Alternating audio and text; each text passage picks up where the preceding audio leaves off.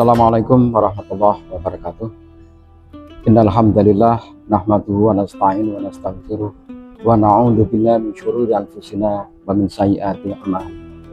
Man yahdihillahu fala mudilla lahu wa man yudlilhu fala hadiya lahu. Asyhadu an la ilaha illallah wa la syarika lahu wa asyhadu anna Muhammadan abduhu wa rasuluh. Allahumma shalli ala Muhammad wa ala alihi washabihi ajmain.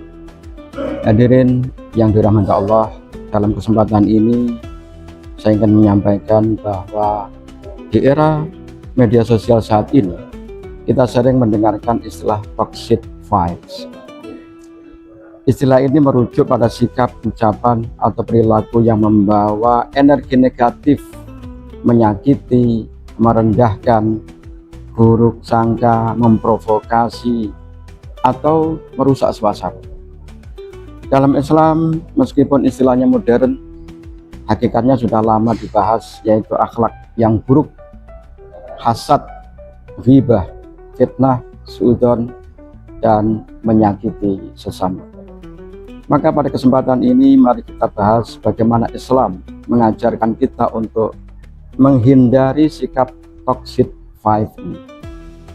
Rasulullah SAW bersabda, al-muslimu man salimal muslimuna min lisanihi wa yadihi. Seorang muslim adalah yang kaum muslimin lain selamat dari lisan dan tangan. Hadis riwayat Bukhari. Artinya, indikator keislaman seseorang adalah ketika orang lain merasa aman dari gangguan lisannya dan perbuatannya.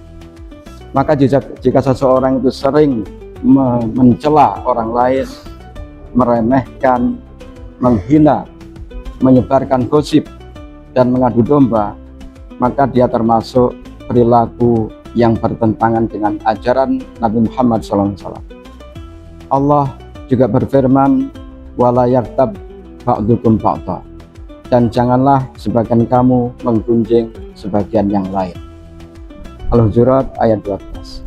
Ghibah adalah salah satu bentuk toksik yang paling sering terjadi di tengah-tengah masyarakat. Allah berfirman dengan tegas, ya ayyuhalladzina amanu la yaskhar qaumun min qaumin asa ayyakuna khairan minhu.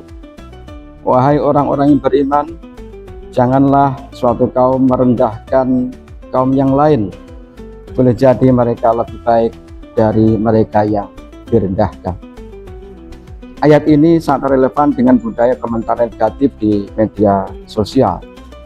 Mereka merasa paling benar, paling suci, lalu meremehkan orang lain. Itulah akar behavior toksik. Rasulullah SAW bersabda, cukuplah seseorang dianggap jahat jika ia meremehkan saudaranya sesama muslim. Hadis riwayat Muslim. Meremehkan orang lain adalah tanda kesombongan. Banyak sikap toksik lain dan hati yang sakit, diantaranya adalah iri, dengki, dan sombong.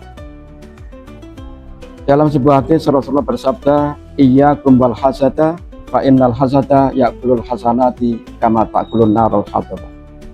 Jauhilah hasad, karena hasad itu memakan kebaikan sebagaimana api memakan kayu bakar. Orang yang hasad tidak senang melihat orang lain sukses, senang melihat orang lain gagal, suka menjatuhkan orang lain. Inilah sumber negatif dalam pergaulan sesama manusia. Allah juga berfirman, pada hari ketika harta dan anak-anak tidak berguna, kecuali yang datang kepada Allah dengan hati yang bersih. Islam menegaskan kebersihan hati, bukan sekedar penampilan luar.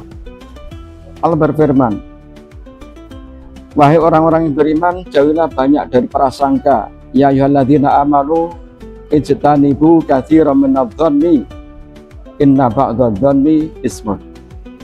Wahai orang-orang yang beriman, jauhilah banyak prasangka, karena sebagian prasangka itu dosa. Al-Hujurat ayat 12. Prasangka buruk sering menjadi awal dari konflik dalam kehidupan sosial. Dalam prasangka akan lahir gosip, akan lahir fitnah, dan akan lahir permusuhan. Padahal Rasulullah SAW bersabda, janganlah kalian saling membenci, la tahasadu wa la tabaghadu wa la tadabaru, kunu ibadallahi ikhwana. Janganlah kalian saling membenci, saling mendengki, saling membelakangi. Jadilah hamba-hamba Allah yang bersaudara. Hadis riwayat Muslim.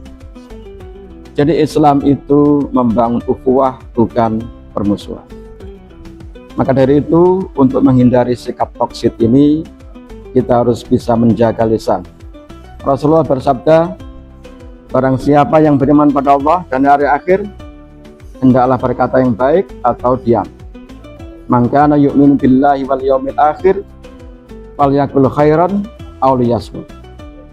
Jika tidak membawa kebaikan, maka kita lebih baik diam. Dan selanjutnya adalah membersihkan hati dengan memperbanyak istighfar dan doa agar dijauhkan dari penyakit hati. Allah mengajarkan doa, ya Tuhan kami, jangan Engkau jadikan kami dalam hati kami kedengkian terhadap orang-orang yang beriman. Kemudian yang ketiga adalah menebarkan energi positif atau akhlak yang mulia. Sebagaimana sabda Rasulullah, sesungguhnya orang-orang yang paling aku cintai dan paling dekat tempat duduknya denganku pada hari kiamat adalah yang paling baik akhlaknya. Hadis riwayat Tirmidzi. Akhlak baik adalah lawan dari toxic vibe ini. Maka dari itu kita harus melakukan muhasabah atau evaluasi diri.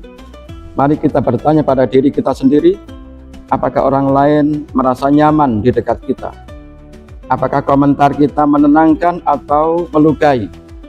Apakah kehadiran kita membawa solusi atau justru memperkeruh suasana? Jangan sampai kita rajin beribadah, tetapi lisan kita menyakiti. Rasulullah pernah ditanya tentang seorang wanita yang rajin sholat dan puasa, tetapi suka menyakiti tetangganya.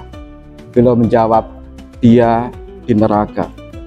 Ini merujuk bahwa menunjukkan menyakiti hati orang lain itu adalah dosa besar yang bisa mengantarkan seseorang masuk neraka. Hadirin yang dirahmati Allah, Islam adalah agama rahmat. Allah berfirman tentang Nabi Muhammad, wa ma arsalnaka illa rahmatan lil alamin. Dan tidaklah kami mengutus engkau wahai Muhammad melainkan sebagai rahmat bagi seluruh alam. Jika kita ingin menjadi pengikut Nabi, maka jadilah pembawa rahmat, bukan pembawa racun sosial. Mari kita jauhi ghibah, fitnah, hasad, suudzon, dan meremehkan orang lain. Dan kita ganti dengan husnudzon, empati, doa kebaikan, dan akhlak yang mulia. Semoga Allah membersihkan hati kita, menjaga lisan kita, dan menjadikan kita pribadi yang membawa kesejukan bagi orang lain. Demikian yang bisa saya sampaikan, mudah-mudahan membawa manfaat bagi kita semua. Akhirul kalam, billahi taufiq wal hidayah. Wassalamualaikum warahmatullahi wabarakatuh.